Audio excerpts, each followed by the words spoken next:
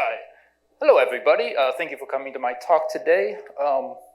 So my talk today, I started with this, how to be a better artist and person, but that's kind of a weird title because I can't tell you guys how to be a better person. Like, there's so much that encompasses that morally, ethically, and I'm not in any position to tell you how to live your life, clearly. So I kind of came up with this other one, just how to be a successful artist, but I don't know how to be a successful artist. I don't know if I'm a success yet. So how can I tell you guys how to be a successful artist at that same time? So just maybe how to make it as an artist, because I do that. I can make art, I can pay my bills, and I can buy food. There's the three pillars in life. But being an artist is tough, especially a professional artist, because a lot of times I don't feel like an artist. So just maybe how to make it as an artist and keep your sanity while doing it. That's the topic of today. So just a bit about me. I grew up in a town called Niles, Michigan. For my high school, I switched schools. I went from a smaller school to a school about 1,000 people, 250 in my graduating class. At that time, we had one of the best graphic labs within the state. Not so much anymore, but at that time when we switched, my counselor asked me, like, hey, Matt, what do you want to do when you grow up? I'm like, I've always known I wanted to make games. That's always been a pivot in my life. My parents always worked, so I'd come home, I would just play games. I want to do that. And she's like, cool, we do graphic design here. So it's like, okay, let's do that. Because she was older. She doesn't understand like what video games are, what it takes to make them. So kind of a bit of a skip in the step there. What I really wish would have happened is that they put me straight into the drawing classes, but switching schools, I was late to get into everything. So no drawing classes for me. I got graphic design and computer-aided drafting. So, okay, I do that for 4 years, I graduate, wasn't the best student. So I go to community college, which was great. They too have a graphic design track. Awesome. I'm still thinking like I'm on my way to making games through graphic design.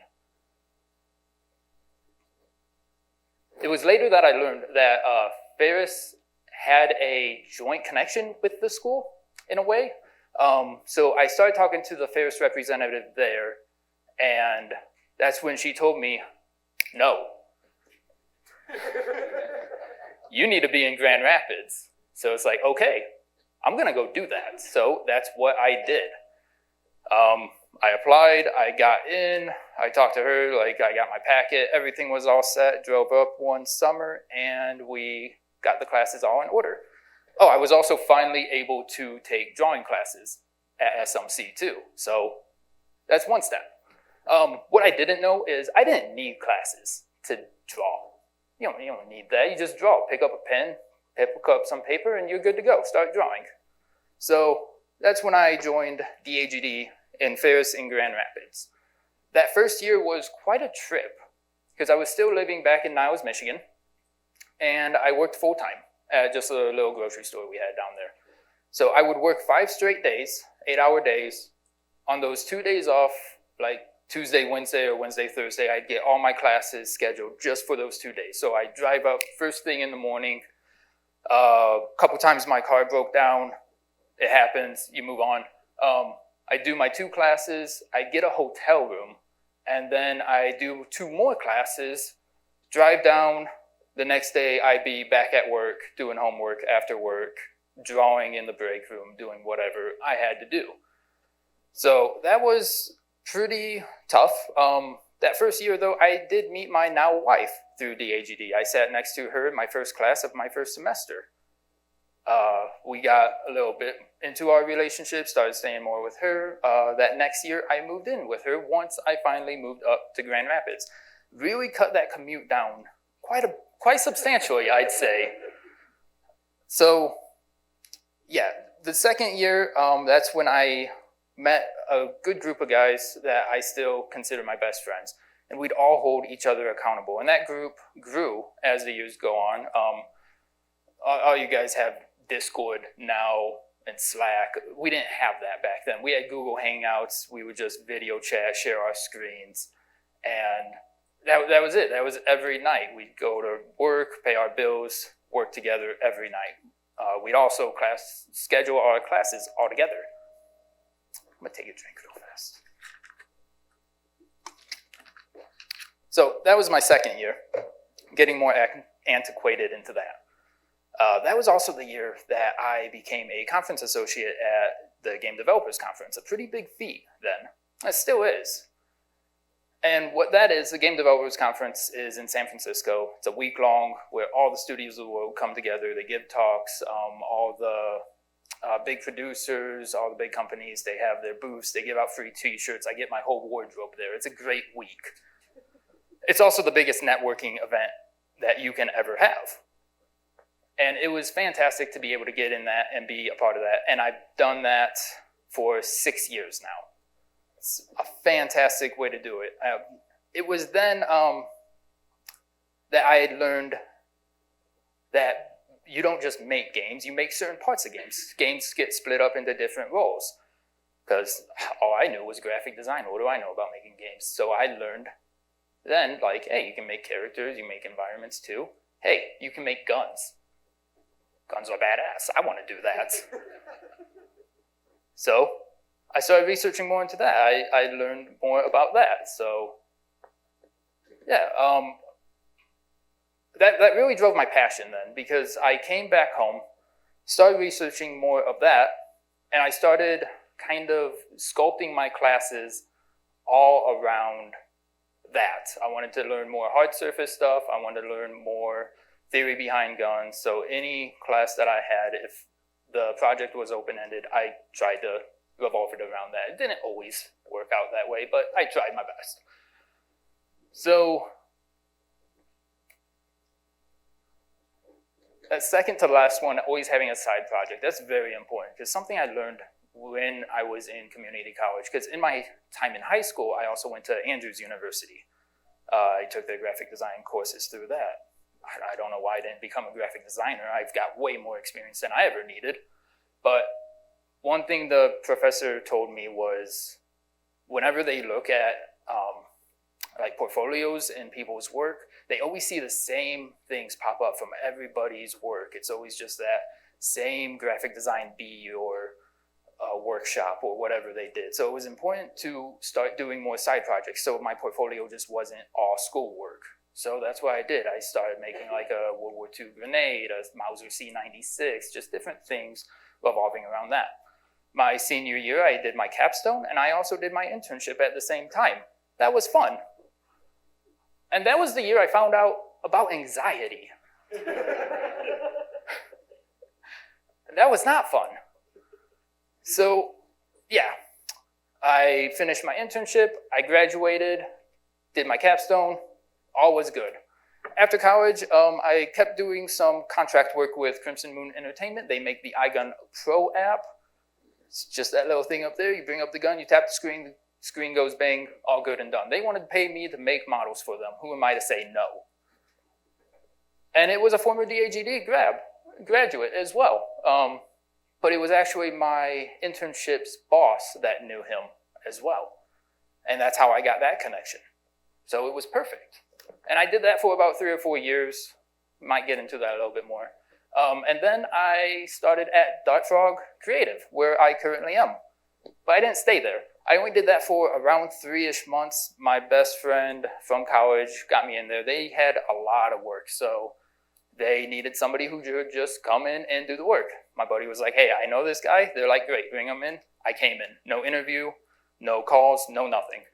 So I came in, they taught me the work. I did the work for about 3 months. That's when I got a call. Well, actually, it was a LinkedIn message from Brandy Van Jessel, who worked at Britain Decor. They did a lot of corporate signage stuff. They also did some work with the Miami Dolphins. They like made this giant foosball table, 3D printed all the like dolphin characters. Really cool project. She got me into there. And I really needed that one because I needed health insurance. And being a contractor right out of school didn't really offer that. So, yeah. So I worked there for about 2 or 3, maybe 6 months. I don't even know anymore. So we were working on a thing for their trade show. We like made this whole 3D space that people could view it within the Google Cardboard, their the VR platform. It went okay, but right at the tail end of it, I was like, man, I don't want my career going in this direction. This is weird. I don't like it. So I left. And I called up my former boss, and I was like, hey, you mind if you got an opening for me? And they're like, yeah, absolutely I do, with health insurance. So I came back. And I lost a slide, I guess. Yeah, I did. So I guess I'm just going to, where is this? It's kind of skipping. Oh well. So I'm just going to talk about it then. So I've been at Darfur Creator for the past 7 years. I started just replacing CAD work and helping all the higher ups. I then went into doing white sweeps for different companies, just doing chairs and stuff. For nearly a year, I want to say, I did white sweeps of trash cans. Which you got to wonder, how can you do a year of just trash cans? Do you know how many trash cans there are? Different colors, different shapes and sizes? It's mind-boggling. But it was consistent work. It kept me busy, and it taught me a lot about like color theory, Photoshop scripting, how to actually make it so you do less work and get the same amount of work done. It's perfect. After that, then they started trusting me with some lower end environments, rendering for different clients such as Paoli, Nightingale. That taught me a lot about like composition, color work, how lighting works, camera placements. It was great. And I started building that up, started getting okay at it. And then they started trusting me with a bit more and more. I got into teaching and training our interns and got them trained up to how I like them. And then I got to hand them off to all the higher ups because that's how that works. And they also got a job. So then now I am leading much larger scale projects. I'm known as the guy who can get the stuff done when you need the stuff done. That means late nights, weekends, whatever it takes to get it done, I'll get it done with a little extra compensation. So on top of that, I have, all throughout these past 7 years as well, I have just kept doing personal work. I'm just, in the very first title you've seen, I list myself as a hard surface artist above being a Visark artist. Because that's what I do. That's what I really consider I am. That's how I present myself to most people. So when I first started, like I said, I was doing just smaller scale stuff. I was doing mostly box modeling, just piece by piece. I didn't know what a floater object was. I didn't know you could paint in normal map details with alphas and such. And like back when I graduated, Substance was just coming out, which was a game changer within the industry. So during these past 7 years of just learning more weapons and stuff, there was a talk in 2014 by Red Storm Entertainment. Red Storm Entertainment was one of the few studios that had a core weapons team. And they make all the guns for the Tom Clancy games. They had a ZBrush Summit talk about their process of making weapons within ZBrush, which is weird. ZBrush is an organic sculpting program. You don't do hard surface work in that. Why would you? Well, I was wrong. You absolutely can. It's a little bit of a weird process that involves a traditional modeling program like 3ds Max, Maya, Modo, what have you, and then importing it into ZBrush, doing a little Boolean work, re-exporting it, and it's all fine and dandy. There's a artist by the name of Ben Bolton, one of the best hard surface artists within the industry. And he came out with a giant poly count thread on his process of doing Boolean work and hard surface work, utilizing the two. So I kind of just took mixtures of both for what worked with me, and I started creating my own workflow within it. And you can see that image. All those pink pieces are pieces that would be Booleaned out of that to create all those finer details, because I don't want to spend all day just making a hole in something when I can just snip it out. A couple years ago, actually probably more like 5 years ago, ZBrush had an update which really enhanced their Boolean features, which was a big game changer for that process as well. So, yeah. So I just want to talk now on just making great art. And art is subjective, of course. And I can't really teach you how to make great art. I can tell you the principles of design if I ever cared to memorize the 7 of them. If there's 7. But I can tell you, it just depends on what you want to do and where you want to work. And Rob Evans had just hit on a lot of this in his prior talk. But if you want to do more well-rounded stuff, if you want to be like a jack of all trades, you go mostly indie. If you kind of want to just have your niche thing, you go kind of more AAA, larger studio. I've always been taught, like, you do what you love, you won't work a day in your life. That's just not true. Just what you love, your passion just becomes a job at that point. But I've always tried to, like I said, model my life or model my work around the hard surface stuff, just whatever I was working on. And then, like, again, you gotta just also ask yourself, can you make a living doing this? I needed health insurance, so I got a job out of college. A great way to also create great art is study other artists. So you know what you want to do. You want to make rocks for a living? Perfect. Environment artists need rocks. So find a rock artist. Go to GDC, communicate, network, ask around, and you'll find a rock artist, and they will help guide you if they're nice. They might not. Or you can just go on ArtStation, find a rock artist, and look at what they do, look at their composition, their lighting, their materials, and dissect it.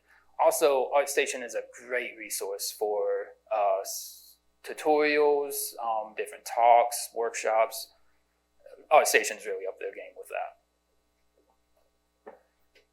Know the difference as well when you're looking at all these pieces. Whenever I start a new project, personal, I'm looking at different projects on ArtStation about that. And just know the difference between what an amateur and a professional art piece looks like. You gotta look at the lighting, the composition of the camera, what does the background look like, how does it read, how are the materials, are they realistic or not? Knowing what to aim for and not being discouraged by it is a big deal, I'd say, because then you're not getting so down on yourself. You don't want to drag yourself through the mud. You should be uplifted by all these professionals that are getting paid and health insurance for what you want to do. Once you find these people that are able to guide you, shape you, mentor you, they're going to give you critique. And like I just said, you can't get down on yourself about it. You can't take it personally because they'll drag you through the mud because they want you to be good. Artists are here to help you. We have a pretty close community. We're pretty generally nice people. So just take what they have to say and take it with a little bit of self-humility. Just like, yeah, that rock isn't good. My next one will be, though. So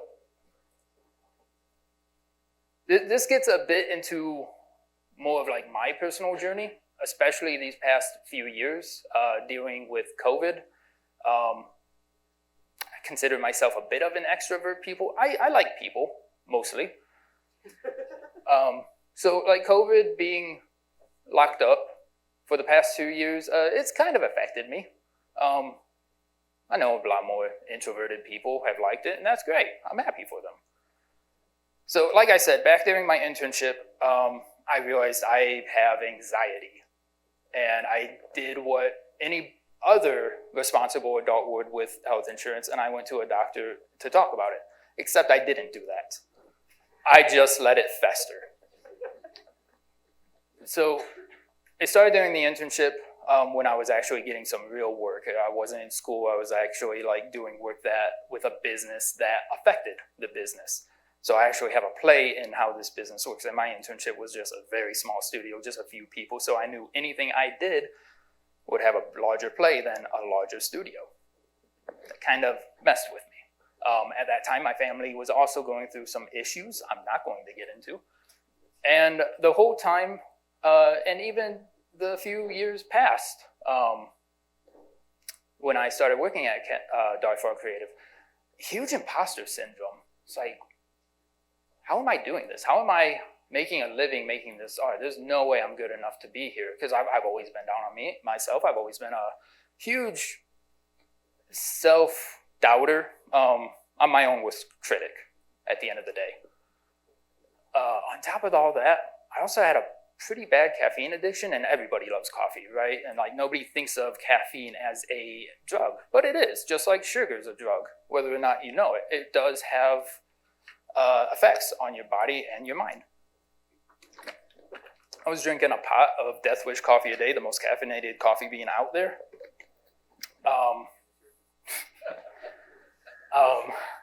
Stop it.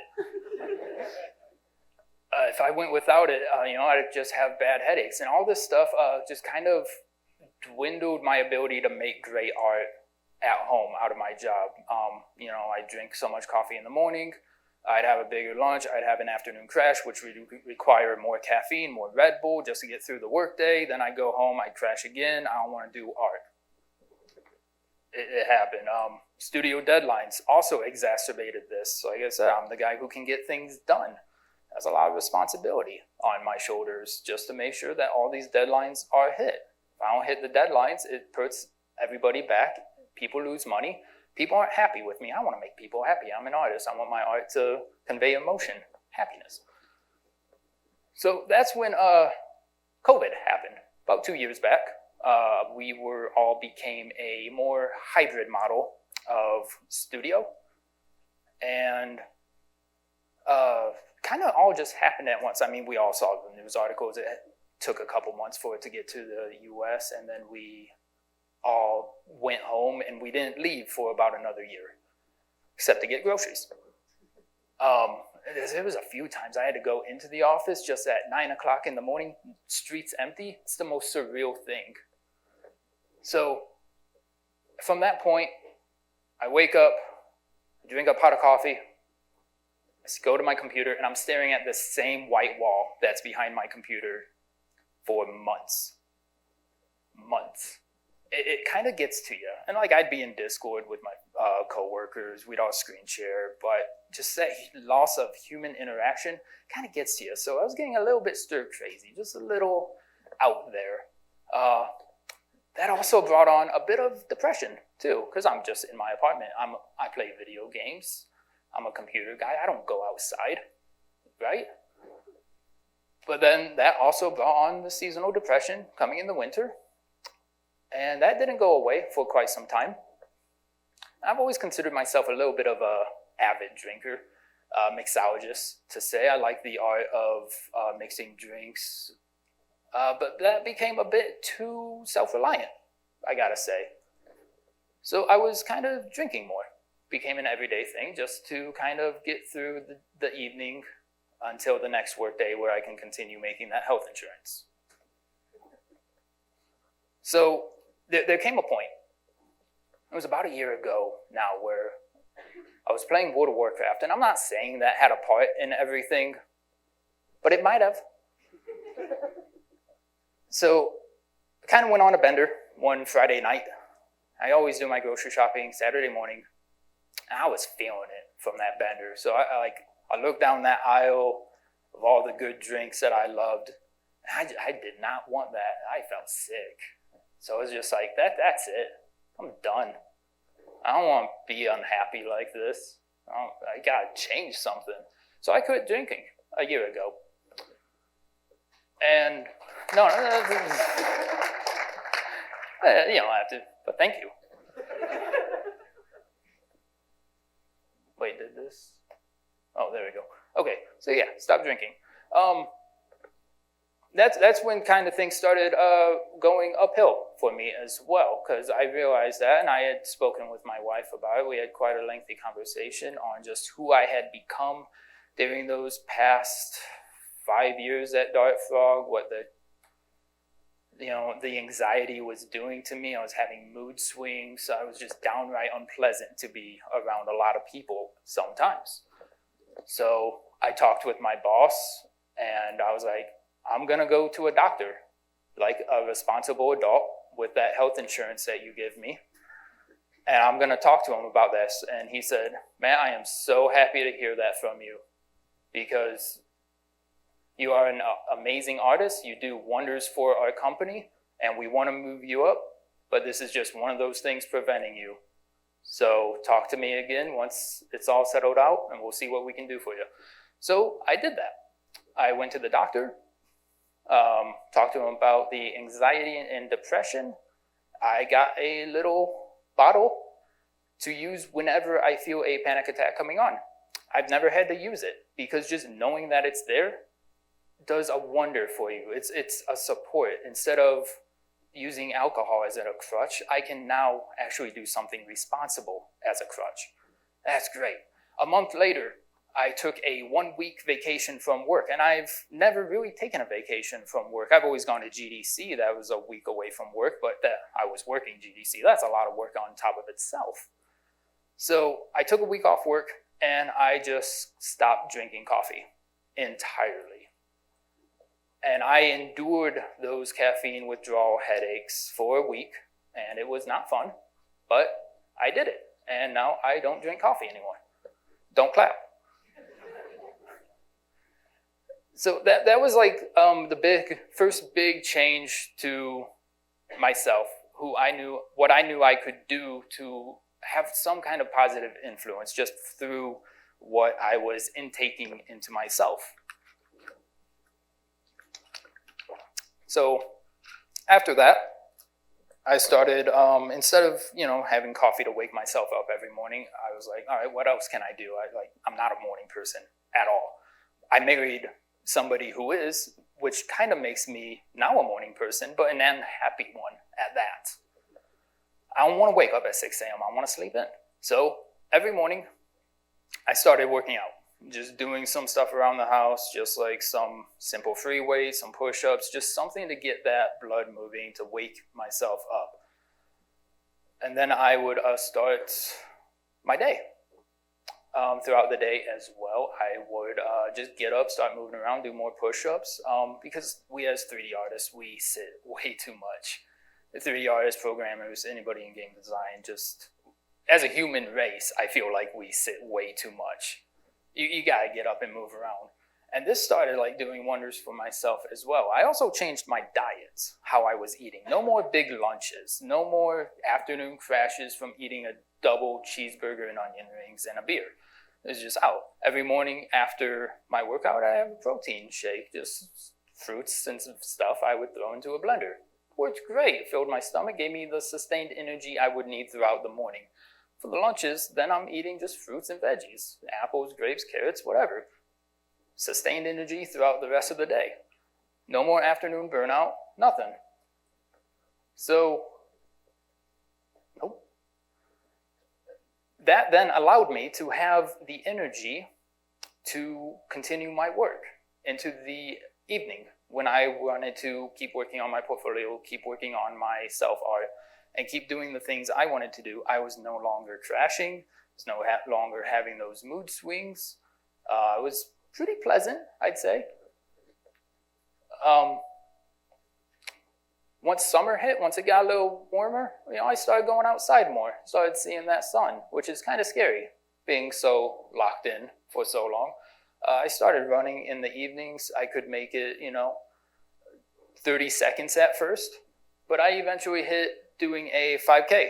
I think it's important whenever you do these things to have kind of goals and maybe set some milestones for yourself, but don't have plans. Plans change in life. It's also not healthy to think I'm going to run a marathon after a month of running. It's not going to happen. So the running and just getting out was great. My sleep started improving. I was having some kind of narcolepsy as well, where I couldn't fall asleep, or I was waking up in the middle of the night, which also affected the moods during the day and the burnout and all of that. Getting the sunshine, an increase in vitamin D was huge as well. That does things for you. It increases serotonin, helps you fight against all the seasonal depression. Running also helps reduce stress, and it's a really good way of meditation. You can kind of zone out, just put in your earbuds, listen to music, whatever you want to do. I found it to be rather relaxing and a good form of meditation to help reduce that anxiety as well. And if you don't like to run, that's fine. Just go outside. Get some sunshine, you can walk. Just don't be cooped up with the shades drawn like I did for 2 years.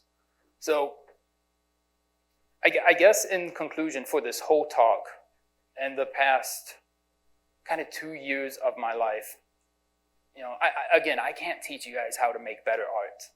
But if you want to make better art, you got to be a better artist. You got to realize all these faults which are preventing you from creating these amazing things. Because we can all make amazing things. We all have that artist inside of us. We just have to bear down through it and fix whatever is going on so that you can make that kind of art.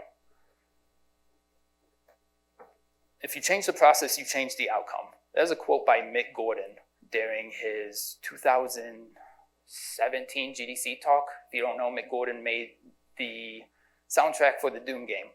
And during his talk, that was a reoccurring theme. And that kind of subsided with me, too. At first, I just thought about my work because a lot of my environments kind of end up looking the same because it's just an HDR. It's a room with a window. There's materials.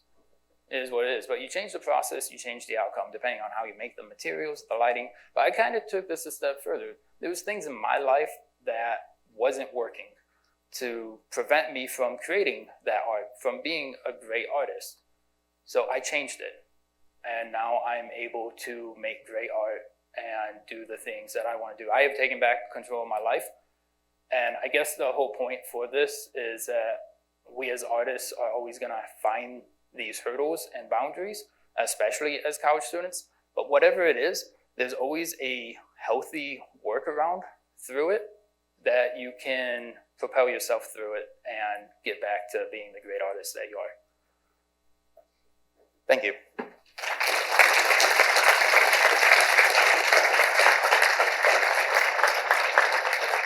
So I know that's I'm a bit short. Q&A. Yeah, now questions. We're getting a mic brought up. So if you have any questions for Matt at all, just line up behind the microphone and I'm sure he'd be happy to answer them. Absolutely. I also know I brought up like the ZBrush Summit and the Ben Bolton talk. I don't have any business cards on me. I forgot them. But there's all my information. If you reach out to me, the website just takes you to my art station, so you can just send me a message. I will send you whatever resources that I have to help you with whatever you do. So, yeah. So I also have a bad problem with caffeine. Between the pre-workout before working out and the coffee in the morning and the energy drink at night. That's kind of over 500 milligrams of caffeine a day. Do you have any options other than just cutting cold turkey that you took, or did you just straight up, I'm done? I just went straight up, I'm done. I'm a bit of a self-sabotager. I do things that aren't imperatively healthy for me, as I just completely described. Kind of switching that around. But I guess you could kind of trickle down. I would just also bring in just watch the other aspects of your diet too. You know, eat more fresh fruits and veggies. I can't tell you how to live your life. I'm also not a dietitian at all. I can't, so don't blame me. But Gotcha. Yeah. Yeah. So I know this depends on the artwork. How do you make your work look more unique compared to others that employers see over and over again? Oh, that's a great question, isn't it? I guess, so I know one thing that they stress on in the DAGD 300 classes is they have everybody make a sci-fi hallway. And sci-fi hallways is a staple every environment artist has in their portfolio. So yeah, the big point of the class is make a sci-fi hallway, but make them different. you want to know what you're wanting to make, whether it's a shotgun, a pistol, or a sci-fi hallway. Research all those different sci-fi hallways that's on ArtStation, and just look for patterns. Look for things that everybody is doing. Maybe watch different sci-fi hallway movies like Alien, and just maybe pick out different elements that you don't see in all those different pieces. You know, maybe instead of in space, it's on some kind of colonial planet. Just a different atmosphere, environment, placeholders. Thank you. Hello. Hello. You talked a lot about the personal challenges and struggles that you've had to usurp over the past couple of years now, with caffeine, like depression, and all that stuff. How much did that affect your work or even the coworkers that you work with? Oh, great question. And I kind of forgot a big point. So, like I said, the anxiety and the caffeine and everything, I never really realized how much the caffeine affected me. Maybe because I was drinking so much caffeine for like 10 years, that just became a part of who I was. So, yeah, like I would have one-on-ones at work, and they just tell me like, hey, some people just found you unpleasant to be around during that time. And then after I had cut it, after I had gotten better and talked to my doctor and everything, my boss had messaged me one day. He's like, hey, the project manager you've been working on with for 3 months, he says you're an absolute pleasure to work with. Here's a little bump in your pay. Let's talk about what's next for your career. So he came back to me and let me know that I was on the right path. I was doing everything I needed to do, both work-wise and in my personal life, so that it didn't affect my work life so badly. Does that answer? Yeah, thank you. Of course. Any other questions?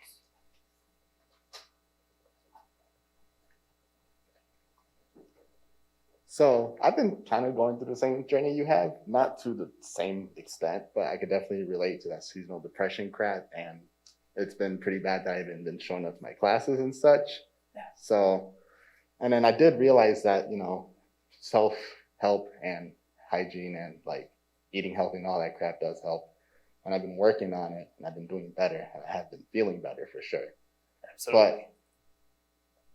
But I was improving, and then all of a sudden I fell back down to a slump, pretty much to where I came back where I started off with. Mm-hmm. And so, have you ever experienced that? What did you do to get out of that? I'm experiencing that right now. Like I said, I worked out every morning. Between Thanksgiving and Christmas, eating so much food, I couldn't bring myself to wake up, and like there was a lot of traveling. I wasn't about to start doing jumping jacks and push-ups in our grandparents' upstairs, but I should have. I should have just grinded through it, because now I'm suffering. I'm not suffering in that kind of sense of the word, but now for me to wake up early, drag myself out to the living room and pump out 30 push-ups is tougher than it was 4 months ago. Now I can only do 20 maybe. So you just have to do it, and it's really tough. One of the best quotes I've heard about it is, it's easier to put down the bag of chips than it is to work it off. So it's easier just to keep working out and keep doing these lifestyle changes than to falter and have to work yourself back into it again. Is there anyone specifically helping you out with that? Your self-help or inspiring you or anything like that actively? Or is it just you and your mentality and trying to get that to my wife is always very supportive, but she's my wife. She has to be supportive. I feel that. Not really, but she's been great throughout this whole thing. I also have a best friend who kind of encouraged me along. Like I said, I talk with my Discord people all throughout the day. So I'll just pop in the chat where everybody is, and I'll just yell push-ups. And people got to do at least 10 push-ups. So just knowing that other people are there doing it with me has been amazing as well, because then that also forces me to do it and holds me accountable as well. Even if they're doing 10 push-ups to my 30, it's something, and it helps them too. I'm kind of trying to help other people do that too, because we can all we all feed off each other as a human race, I feel. Cool. Thank you very much. Yeah, good luck with everything, man.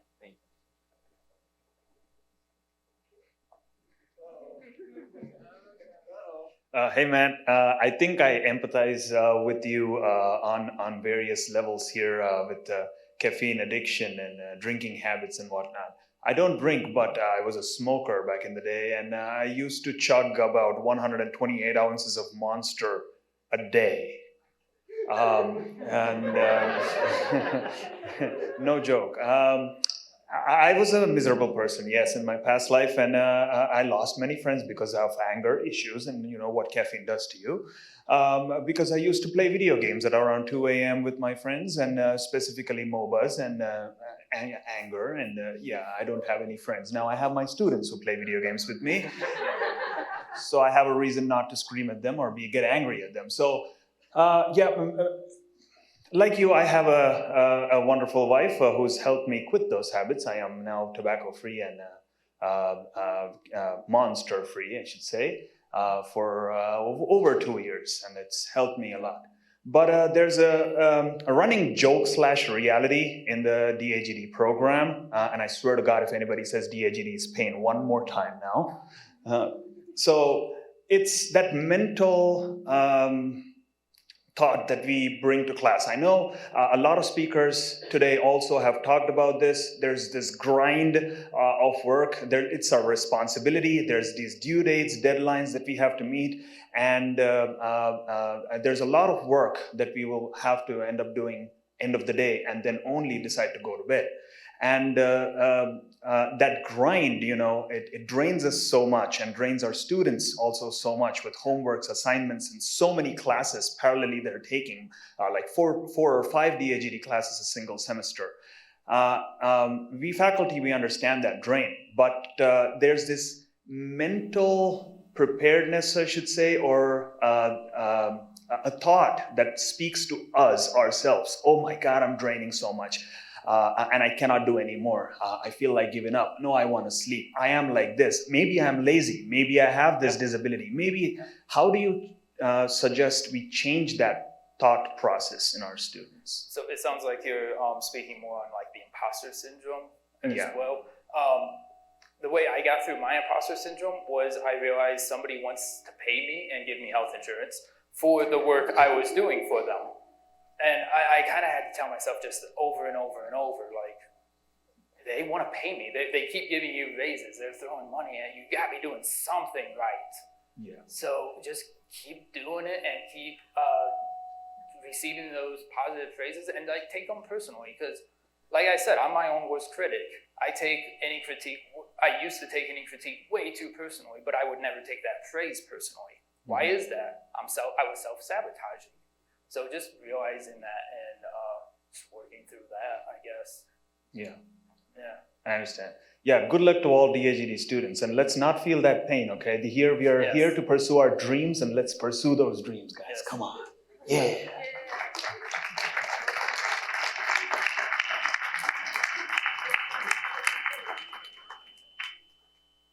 One of the best pieces of advice one of my former teachers gave me too is once it's 3 a.m. and you're just spinning that model around on your screen, it's time to go to bed.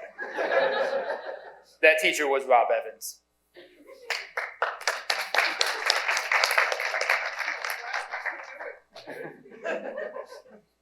So I'm actually in portfolio class, and I was wondering, after getting critiques like over and over again, and you make your work better, when is it okay to say like it's good, it's okay? When can I it's okay to move forward now with an other piece? Like when would you say to yourself, this is good enough? It's a great question, and something that I had to realize over just the past year. So one of my art pieces is in FNP 90, one of my favorite firearms ever. I worked on that for way too long, because I would just keep doing that over and over and over. I spent like a year just doing that, like keep on building that up. I went a year without putting anything in my portfolio, and that is terrible. What I should have done is just taken that initial critique and applied it to the next project. upload your project, call your project done, and work on something else. Because you're always going to be learning something new. Because when you're just doing those little critique changes, you're just focusing on those little aspects. You start a whole new project over and apply those aspects, you're going to be applying it to the whole thing, and you're also going to be working through that motion again. So you're going to be getting faster at all those steps and processes of the whole project as well. So take what the critique is and move on, apply it to your next project. Because after 5 critiques, instead of just having 1 portfolio piece, you're going to have 5 done. Thank you. Of course. Okay. Anyone else? Thank you. Thank you.